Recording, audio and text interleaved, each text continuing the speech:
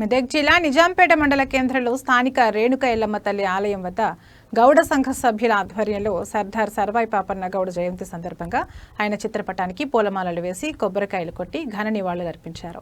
ఈ సందర్భంగా వారు మాట్లాడుతూ తెలంగాణ ఛత్రపతి అని పిలువబడే సర్దార్ సర్వాయి పాపన్న గౌడ కులంలో పుట్టడం గర్వకారణమని, మొఘలు సామ్రాజ్యాన్ని ఎదిరించిన ధీరుడు యోధుడు సర్దార్ సర్వాయి పాపన్న గౌడ్ని ప్రభుత్వం పట్టించుకునే పాపాన పోలేదన్నారు.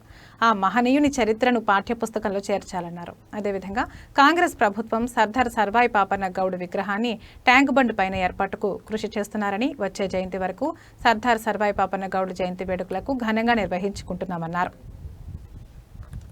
మొఘల్ సామ్రాజ్యాన్ని ఎదిరించి 11 నెలల పాటు గోల్కొండ కోటను ఏలిన ఒక గొప్ప యోధుడు సర్దార్ సర్వాయి పాపన్న గౌడ్గా చరిత్ర చెప్తుంది.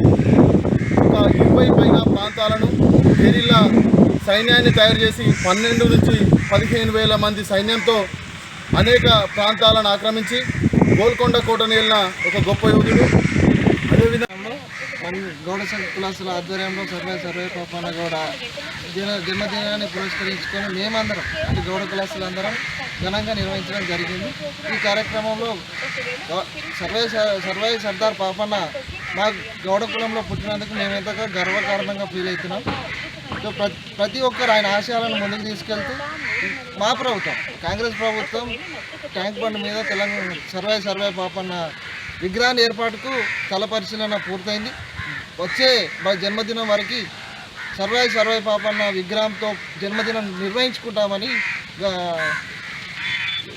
నిర్వహించుకుంటామని తెలంగాణ ప్రజలకు తెలియజేస్తున్నాం. జోహార్ సర్వాయి పాపన్న.